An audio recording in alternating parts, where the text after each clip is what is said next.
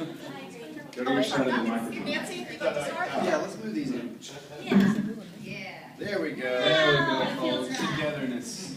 Okay, we're going to start with Nancy. Can you guys talk about hosting this year and maybe what you learned from watching? I think Raw hosted it, Luke hosted it, Tim Perry. Anything you learned from that?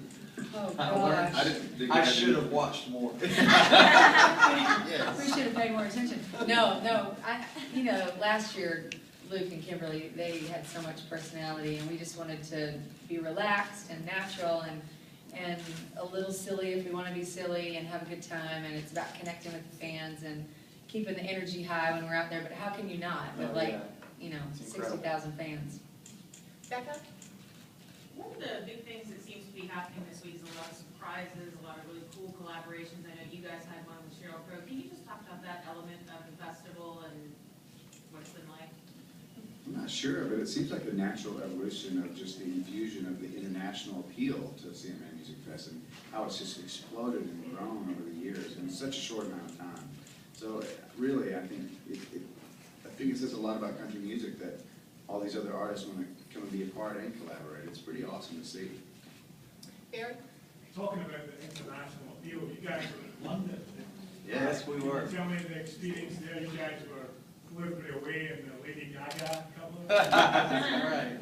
Man, what a great memory that will be for us. It was just incredible. That was our first time to be there ever. So to play there too. Yeah, to play the O2 first, you know, when you're in London. I don't know what we're going to do next after that, but we were talking backstage about how it reminded us of our first time we played, you know, LP the first time. It was a similar feeling of what's going to happen. Oh my gosh, this is overwhelming and so cool. So yeah, we're hoping to come back next year. Very passionate fans. Yeah, they were amazing. George? One of the aspects of hosting this show is doing some interviews, being on the other side of the microphone from what you normally are doing. Can you tell us some people that you've interviewed in the past couple of days? Well, Lady Antebellum. And I would call that more of a, they're our dear friends, and don't know if that was an interview as much as a fun fiesta of goofiness, you know. Zach Brown. Yeah. Well, that was a real. That was more, you know, and that was kind of cool because he was telling us about his whole family eat and greet, which is incredible. It's an unbelievable undertaking that he, you know, has made happen, and so that was kind of cool. Yeah, that's going to be, I think, a nice insight for the fans, because Zach is as passionate about food as he is about writing a great song.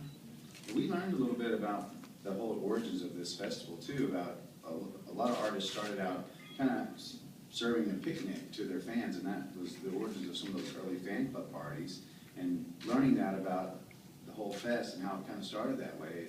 It's a way, you know, it's a cool thing to think that the artists want to give back, and that spirit has continued on in different ways and how it's evolved. But Zach's kind of, you know, he's re-energizing that in a new way. Yeah. He's doing that on a crazy level. It's unreal. Cheryl was back here last night, and she was really singing your praises as both people and musicians, and talked about how she met one of you at the 3-year-old's gym or something. But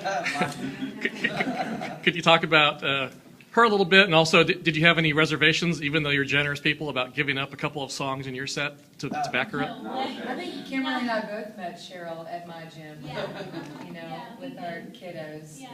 Yeah. She is the most generous, warm-hearted, beautiful woman. We know how beautiful she is outside, but she's equally beautiful inside. And we've seen just personally some of that beauty in the last few days. She's just incredibly generous, and we would have given up our whole set if she sang a song with us. So anytime, she's amazing. We're so, you know, that was a dream come true for us. We've always been fans of hers, and she's welcome on our stage anytime. She was so awesome to work with. Yeah, it's so nice when you look up to people, and you know, she's an incredible songwriter and singer, and you look at her catalog, you just dream about writing songs like that. And then when you meet somebody like that, you wonder what it's going to be like, and she is amazing. That's all I can say. Well, she said she was starstruck at meeting you, so. Oh, That's so fun. wow. I cannot disbelieve that y'all have new innocent pants every time I see you. Hunter. We've actually had these pants on for the last 3 nights, and we have 2 more The only, can I just say that the only thing I'll say it. The only thing that I would do differently, if we ever got to host differently, is I'd like to change clothes every night.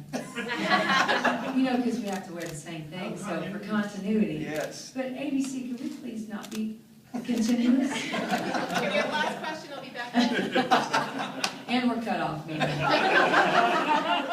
How does that do it with me? I just want to ask you guys, the other night, the CMT Music Awards, Twitter almost blew up after your performance, everybody giving you sort of the performance of the night, and people were so excited about what that meant for what's coming up on the Life of Fuse tour. Can you talk about your performance and how it made you feel about what's coming up on the Life of Fuse tour? Oh, man, the energy that night was unbelievable.